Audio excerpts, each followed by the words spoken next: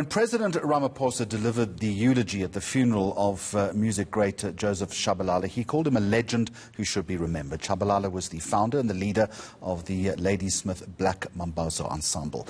In another tribute, David Copland, Professor Emeritus in Social Anthropology at Wits University here in Johannesburg, has written a heartwarming tribute on the quality and the character of Shabalala's unique personality and his achievements, and joins us on ENCA this morning. David, thank you very much for joining us today. I think since his death, people are now becoming a little bit more reflective and perhaps considered about the contribution that he made. Maybe as a starting point to this conversation, how important was he in the artistic space in South Africa? I think either you or someone have called him a musical Mandela. Yeah, I chose that phrase and it seems to have gone around a bit. It's just that the genre, the form of music that he reinvented in a way, had been very much a local genre for older Zulu people and had certain religious core to it. And he turned it into, the leading genre of what we call world music, perhaps wrongly. How did he do that? Well, part of it was just hard work, but he had an inspiration, spiritual inspiration, from his family to start with, because they were healers, they were diviners, they were medicine people. And then as Christianity began to kind of take hold of his spirit, he blended the two. And this sort of dedication, this grip that some sort of higher force had on him, drove him to produce what he called perfect harmony. It must be better. It must be better. You also reflect on the importance of dreams in his life. Dreams are a vital source of inspiration and communication from the netherworld in indigenous Southern African religion. How did he then hybridize that into the work that he put out? He probably didn't think of it in that way. I think he thought of himself and his work as a kind of a whole, and not divided into parts. There's a Western, there's a Zulu. I think in his mind it was his music, and a special music, created by the flow of spiritual streams from Christianity and some from isiZulu into a dynamic and stylistic whole. The notion that somehow we are divided people because we have many religious streams in our religious life doesn't sit with me that well. I think he was a whole man in a universe that he created, because artists do that. They have a vision and they cling, and work on that vision, convinced that it will come. And in his case, it certainly came in a great measure. I want to come back to the work ethic. You also write that he was formidable and an uncompromising taskmaster when it came to rehearsal.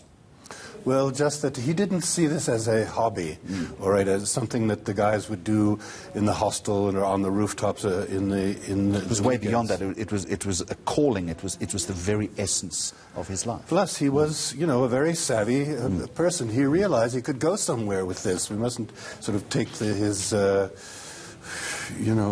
professional and career savvy away from him.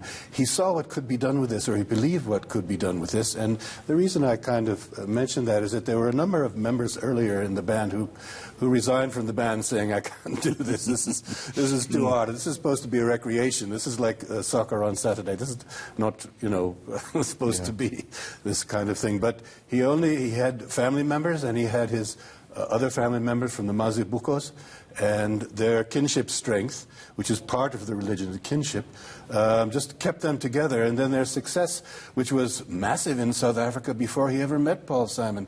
They were wealthy and famous in the mid-70s. Let's talk about Paul Simon, but not just Paul Simon, with others. What did he have?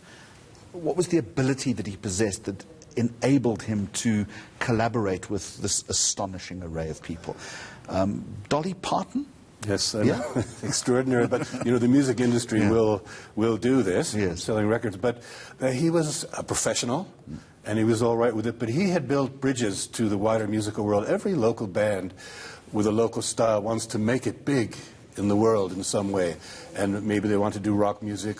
These are forms which come from elsewhere, and we try to do them as well as they're done overseas. He had none of that. He built bridges from the solid castle foundation of isiZulu and went to that side. And when he got there, he was completely confident and enfolded in the genre that he had reinvented and re-pioneered. So he was able to open up and to embrace, you know, whatever kind of spirit Dolly Parton brought to the music without difficulty. And this is a bit of the Mandela thing, and that his way of embracing other styles. Furthermore, his music is very fundamental. It's very profound. It occupies the bottom register in an ensemble. And so this is this wonderful platform and this floor foundation. And then there were all sorts of flights of fancy above. But for Paul Simon, you know, that's the foundation of the music.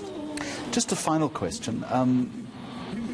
Will he continue to be remembered? Is the contribution that great that in 10 years' time we will still be reading about him and understanding the huge influence that he had? How should he be remembered? Well, he certainly should be remembered as someone who embodied the best of us. And not only in the being of who he was, but in what he achieved. I mean, the achievement is massive. He set a benchmark. Anyone who wants to take a local music, our music, and present it to the world and make it be beloved and respected in every language you can think of, can have Joseph Shabalala as that example from now until the end. So there will always be that. His band continues, his choir continues under his son, who's very dedicated. They will still be performing around.